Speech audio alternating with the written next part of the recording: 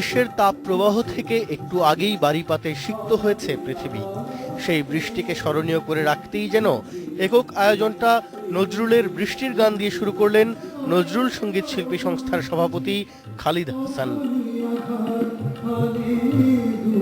তার আগে সমবেত সঙ্গীতের মধ্য দিয়ে শুরু হয় এবারের উৎসব। হল বরাদ্দজনিত জটিলতার কারণে জ্যৈষ্ঠের শেষ প্রান্তেই উৎসবটি করতে হলো বলে জানান সংস্থার সাধারণ সম্পাদক। কাজী নজরুল ইসলামের জীবন দর্শন, তার যে ভাবনা, তার যে লেখনী, তিনি যে মানুষকে ভালোবাসবার কথা বলে গেছেন এবং তা যে এই সময় কতটা প্রাসঙ্গিক সেই ব্যাপারটি আমরা চাই যে এই প্রজন্মের ছেলেমেয়েরা গভীরভাবে উপলব্ধি করুক।